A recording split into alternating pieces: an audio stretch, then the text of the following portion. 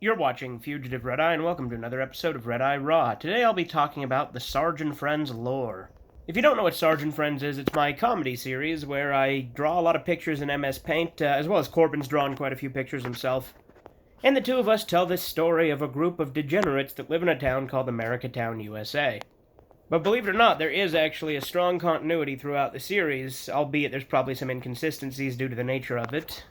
Especially considering nothing is really scripted, we just kind of make it up as we go along, but I do try to stay consistent with the lore, and I do pre-plan things out ahead, even if we don't write it down. But, to get to the lore of Sarge and Friends, I'm going to have to touch upon the channel lore as well, because there is some overlap, albeit I'm not exactly sure how consistent it will be. Because there are contradictions about whether or not the channel lore is canon to the Sarge and Friends lore. I say it is, but there's a few things you kind of got to overlook due to the nature of it. Especially considering that myself and Corbin are both characters in the channel lore, and those character versions of ourselves have appeared in Sarge and Friends in a very important quest where we were arguing with each other while making the show. As well as there are fictionalized versions, in addition, in the Sarge and Friends universe, in the alternate dimension, mind you, the one where Sarge and Friends is a TV show. So that gets a bit confusing. But anyway, I'm going to start at the very beginning. So if you're not familiar with Sarge and Friends but still want to watch this, now you kind of have an idea what it is, and I recommend you check it out if you want to see what I make. I'm by no means saying it's a masterpiece, because I made it. That's not for me to judge, it's for you to decide what you think. It's a very shitty show made using Movie Maker and MS Paint. It's you get what you pay for, which it's free, so, you know. So, to talk about Sarge and Friends, I'm going to have to go very back to the very beginning where I first talked about Sergeant Bastard, or where I first came up with the character. I first came up with the character around 2011 or 2010, something like that. It was during my conspiracy theorist phase that I kind of went through and decided I'm going to make a character that's a parody of a typical American, because I was going through that really faggy phase where conspiracy theorists are like, oh, everyone's sheeple, and, you know, everyone's below me intellectually. Like, it was a really stupid thing, but that's how the character came to be, is he was to represent kind of the old boomer who believes everything he's told by the government and loves the country. I'm not saying there's anything wrong with loving the country, let me make that perfectly clear. I'm just saying, at the time, I was not in the mindset like that. I was very, very far gone as far as the conspiracy theory and pretty much anarchist stuff went back in those days. I was kind of nutty. So that's how Sergeant Bastard was first made up. I came up with the idea of this old military sergeant that was constantly sacrificing his own men for no reason at all, kind of like Zap Brannigan. But he'd constantly get awards for it, and he'd be like, well, you know what they say, Admiral? It's the American way. And that was his catchphrase, was, well, it's the American way. Anytime he'd do something horrible, he'd end it with, it's the American way. And after playing Grand Theft Auto 5, which I believe came out a year after that, around in like 2012, I got even more inspiration after seeing the show within the game called Republican Space Rangers. So that only made me add more lore and depth to this character, even though I had done nothing with it. I came up with an idea that I want to make a cartoon of it at this point. So then I was like, I'm going to make this cartoon called U.S. Marine Bore. And it was going to be about Sergeant Bastard, and it was heavily going to be, you know, it's the American way, and him doing all this horrible shit in the name of America. And like I said, it wasn't necessarily, like, to attack anyone, it was just because I was going through this mindset at the time, and that's why I came up with the character. And it just kind of stuck. My views have heavily evolved since then, and I'm nowhere near as crazy as I used to be. And in fact, it's kind of cringy to look back on some of the origin of this character, even when we get to the next bit, which will be when I talk about Captain Shame. But before we get to Captain Shame, I think the prank calls to the scammers, the scam baiting videos, are actually canon to Sarge and Friends, just because I've referenced events in them in Captain Shame and Sarge and Friends, I think. No, wait, no, the prank calls came after. They came after Captain Shame, that's what it was. So I'll move on to Captain Shame. Actually, before I do that, sorry, I'm kind of all over the place, but Sergeant Bastard made his online debut, not on my channel, but on the channel of my friend Gaming Retextured, where I was doing the character while we were trolling people on Xbox Live, which is something I used to do with him on a regular basis on that channel. Those didn't really have a plot and were just to mess with people, so it doesn't really have anything to do with the Sarge and Friends canon, but it was the introduction of the character to the internet. Then after I rebooted my YouTube channel in 2015, I started Captain Shame, which turned out to be something that it wasn't intended to be. Which is good, because if that didn't happen, Sarge and Friends wouldn't exist. So what essentially happened is I was going to make this show making fun of Trevor for all the stupid shit that he likes, and give him a chance to defend himself on his shitty opinions, and then shame him. Hence, Captain Shame. He's the Captain of Shame. But Trevor was actually only in 2 episodes of the show, and it had nothing to do with the series anymore after that. But the story of Captain Shame is canon to Sarge and Friends, except for the second episode. The second episode is non-canon because it was just me making fun of Trevor for watching My Little Pony. But the first episode and the third episode and on are all canon to Sarge and Friends. Because the first... So, I'm going to condense the story of Captain Shame into a timeline so you get an idea. So this group of people, the announcer, Sergeant Bastard, Pedro, and what did we call him? McCannon Overfiend, also known as Ned, because he actually ties back to the channel lore. That's kind of a spoiler, but I don't know if I've ever decided whether or not I'm going to actually include it, but it is canon. Our cameraman Ned, who I implied when we first rebooted the channel we were holding hostage, is canon to Sarge and Friends. He was one of the people in the studio. And when I say the studio, what it was, it's a group of these guys running a recording studio and running a podcast. They rent out a recording studio and run a podcast from there. And that's Captain Shame. The announcer was going to be the main character after Sean made such a good, impression in episode 1. When I said, hey, do a 5-second intro. And then he did a 5-minute video. But unfortunately, the real announcer was only actually in 2 episodes. There was an imposter announcer in episode 12. And there was going to be this whole big story arc about the fake announcer, but since I canceled Captain Shame, that never happened. But for some reason, after the events of episode 1, the announcer disappeared, and so Sarge and Pedro went on this big quest to find him. Keep in mind, this was real Pedro before he was killed and replaced by Hans Hitler Pedro. We'll get to that in a minute. I'm also going to explain character backstories to an extent. I'm going to leave out spoilers for the next season and stuff, but I'm going to talk about things that have already been established and maybe a couple of things you don't know. So, real Pedro was the janitor of this studio, but Sergeant Bastard took it upon himself to take Pedro with him in his quest for the announcer. That's why Pedro's original, scene was just him being like, housekeeping, it's okay for I clean? Are you sure? Something like that. I can never keep Pedro's voice consistent for my Pedro, which is why it constantly changed between the episodes, because I can't do a Mexican accent at all. And literally, Pedro's original catchphrase was going to be, "Are you sure?" Which was actually a reference to a manager I had when I worked in fast food. Because she would be like, "Are you okay? Are you sure? Are you sure?" So she'd always say that. And that's kind of how Pedro gained that as a catchphrase, even though it didn't really last. He had another catchphrase, which was, "No, fuck you, bitch." Which, again, his voice was completely different when he said that than when he said the other stuff. Hell, in episode 12, he actually had kind of a Borat-y voice, where he, sounded almost like Borat. It didn't make any sense. Again, I could not keep Pedro's voice consistent, because I suck at accents. But the announcer and his crew who were running this podcast kept running into issues with the head of the studio. Which is the guy's like, "This is my fucking studio. Pedro said you were discriminating against him." And then, eventually the head of the studio, the announcer killed him and set the studio on fire. It's kind of hard to tell this due to the nature of Captain Shame being basically audio only with gameplay. But, yeah, well, that's what happens, is the announcer killed the head of the studio, set it on fire, and then the entire group fled the country.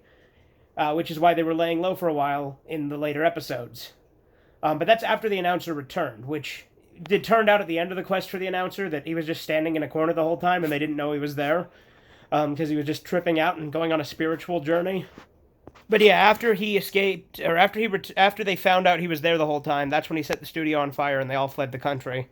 Then in episode 12, they returned to the country, and then in episode 13 never got made, but it was supposed to have Captain Shame himself return and be a series finale.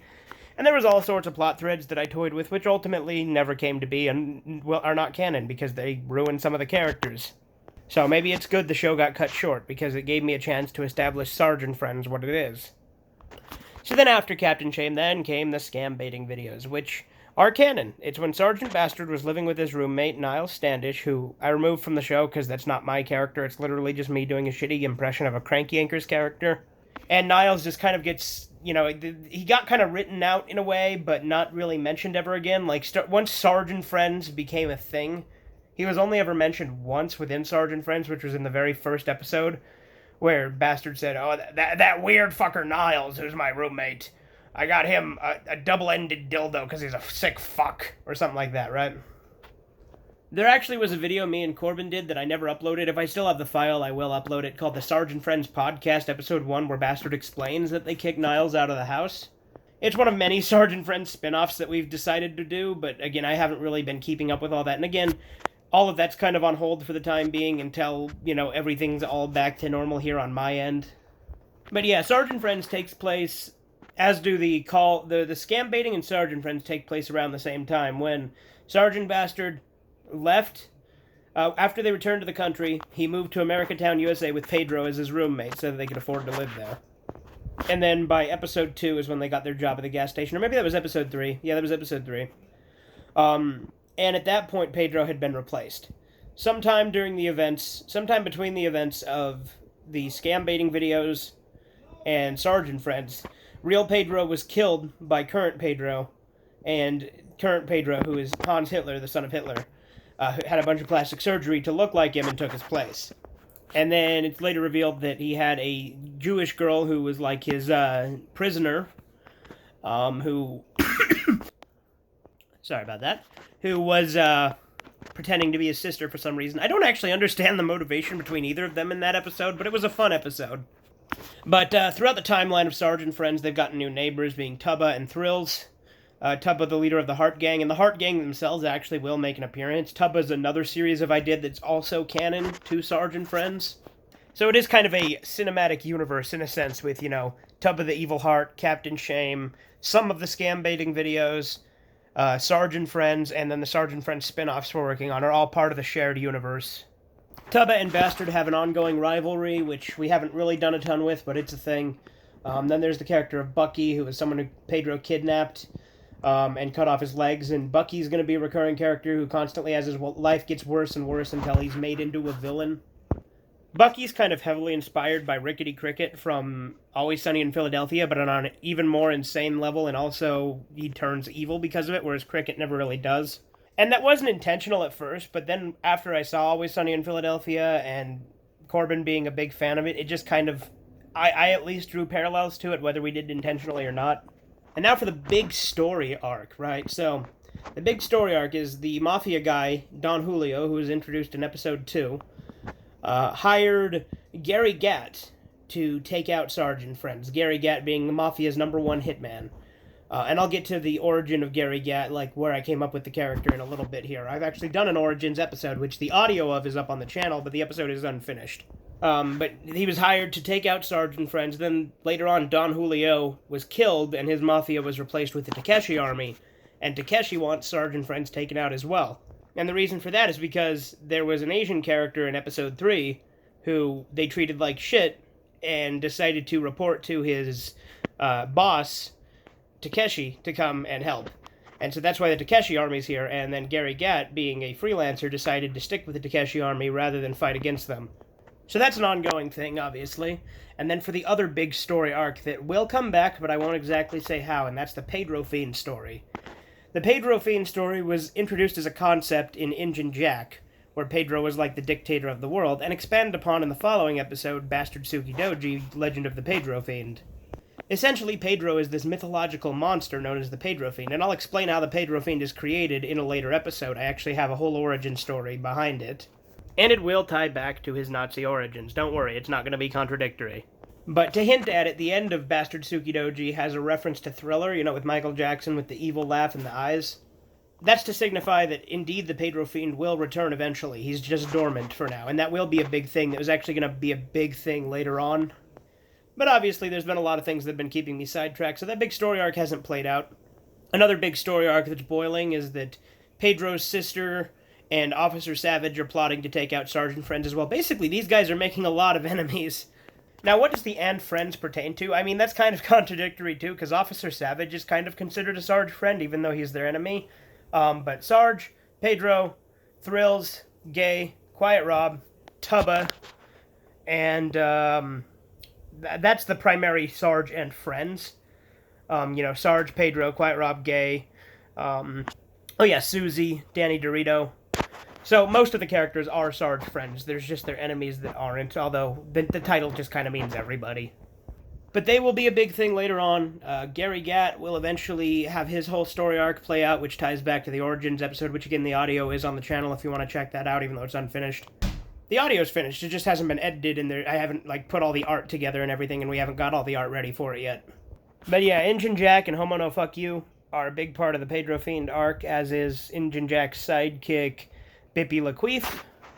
Also, Little Bastards is canon, obviously. It's, when Bastard is a robot mech in the future telling the story of when he was a kid. Mecha Bastard will reappear a few times, probably even within Sarge and Friends proper, but he'll be like the host of both Sarge and Friends main spin-offs, Little Bastards and I Was a Teenage Bastard. And Gaylord is actually a character from I Was a Teenage Bastard, and his introduction in the Amazing Super... No, it was Gary Gat Origins that he was introduced in. That's to tie it back and lead into Teenage Bastard, but Teenage Bastard won't be a thing until after we finish Little Bastards. But essentially, Gaylord is one of Sarge's old army buddies, one of his subordinates from the war. And he's also the police chief of the town, as shown in Gary Gat Origins, which again there's the audio of, and a Sarge and Friends Quarantine, which is a completed episode that I made very quickly just to kind of be topical and to get a new episode out because I had an idea for it. Onto some other story elements. There's 2 dimensions now, ever since the problem with Pedro introduced the other one. And that might be how I explain the inconsistencies between the channel lore and the Sarge and Friends lore being canon to each other. I'm still working on that. But in the alternate dimension, Sarge and Friends is a TV show, and there was the president of the Sarge and Friends fan club, who was really into the show, and then got killed by a cursed Sarge and Friends VHS tape in the Tales from Camp Convenience episode. And in The Problem with Pedro, there's an alternate universe Sarge and Pedro that escaped the TV show and are now in the real world, quote-unquote, within the Sarge and Friends universe. And I do think the alternate universe is definitely how I'll explain how the channel lore ties in. So now to talk about the channel lore a little bit. The channel lore is the lore behind this channel itself. Ned was a big part of that, and there's this big secret entity known as the Master that's secretly pulling all the strings behind this channel, and I'm just a puppet of him, according to the channel lore. And that's what a very important quest was all about in Sarge and Friends, was kind of tying that together, because the channel lore has been very secretive on this channel. There's been 1 or 2 hidden references. There's a secret video that was message from the Master, and stuff like that, but it's very secretive, and I try to build on it as I go on. I have this whole big story arc planned out in the channel lore, too, that I haven't done anything with, that I will eventually, hopefully. And of course, for the last show that's tied into the continuity is Silver Reviews, which literally spawned from me basically finding this really negative reviewer on Amazon named Silver, who no longer has an account, by the way, and making a parody of him, and also just throwing in a bunch of nonsense and creating a review series. But then I also made Silver a serial killer, and made him the serial killer in the Sarge and Friends universe. Silver's actually a serial killer from the future, but he's from a different future timeline than Injun Jack, so it's a little bit confusing on that. But it's still a dystopian future, so I think in the Sarge and Friends universe, the future ends up dystopian in a way. Anyway, he's from the same future as Mecha Bastard, by the way. So, Silver and Mecha Bastard are from the same year, 29 Sickety 2.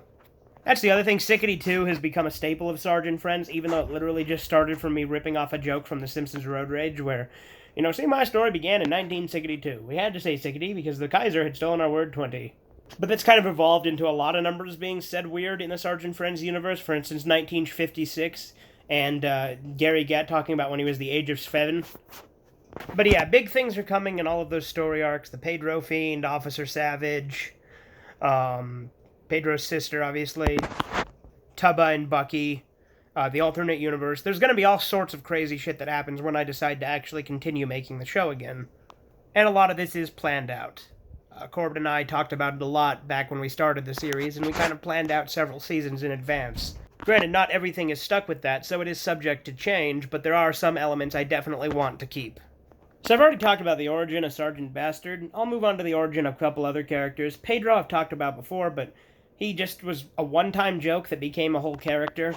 Like, it was a one-time joke in Captain Shame with this housekeeping guy that they were rude to, and he reported them for harassment. And then he just kind of became a recurring character for whatever reason. And then he was killed and became the other Pedro. That's the reason that happened is simply because Corbin's Pedro is completely different than my Pedro, so I decided they were completely different characters. The whole Nazi Pedro angle was actually going to be something with real Pedro at one point too, but that was scrapped. But Corbin asked me, does Pedro have to be really Mexican? I'm like, well, originally he was going to be a German spy, and he was like, oh, that's perfect. And that's when Corbin shaped his character of Pedro, which completely him. He completely came up with that version of the character. being Hitler's son and all this crazy shit. Like, that's all Corbin.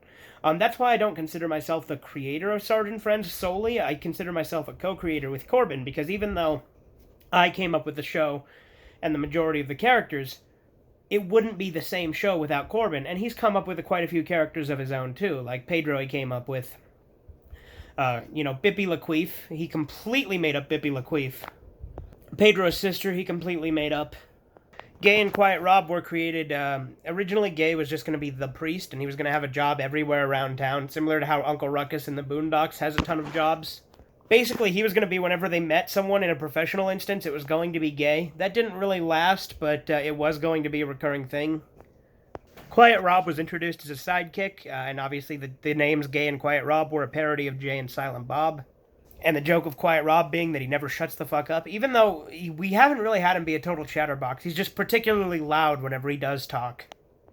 Crazy Pete was created, originally I just drew a picture in paint, just scribbling around and drawing a random person, and that's how the design of Crazy Pete was created. But the character of Crazy Pete was based on, I figured they needed a cryptid of their own, so then there was Crazy Pete, who's their urban legend, their monster. One of the characters with more depth that I came up with a backstory for was Gary Gatt. So Gary Gatt originated from... My nickname is Gary, believe it or not. It doesn't make a whole lot of sense out of context. My friend Gaming Retextured is the one who came up with it. It's because I'm from Utah, and because I used to be a practicing Mormon. The Mormon character in South Park is named Gary. That's the end of that. It's not that crazy. But in certain circles, Gary stuck his nickname, and a lot of the times when I play role-playing games as myself, I'll put the name of the character as Gary. Now, I did this also in Newgrounds adult games, the likes of which I've reviewed. And Gary Gatt was the name I gave myself in the DeLuca family, my favorite game that I've ever played from Newgrounds, and then later played the full version from their Patreon. Simply the Gatt came from, Johnny Gatt from Saints Row, and I thought, he needed a more gangster name, so I just added Gatt. Gary Gatt's backstory is a combination of things. I really like mafia movies and stuff like that, so that was kind of the inspiration to put him in Sarge and Friends.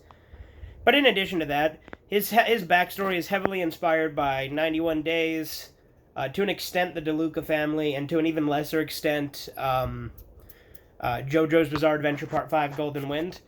There's a couple other things mixed in here and there, but for the most part, those are the main inspirations.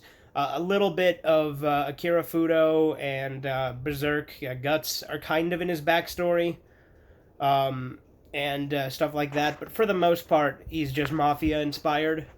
Good Brother is basically just Hulk Hogan in the Sarge and Friends universe. I'm a big fan of Hulk Hogan, so that's why Good Brother's a thing in it, and I'm obsessed with Hulk Hogan to a point.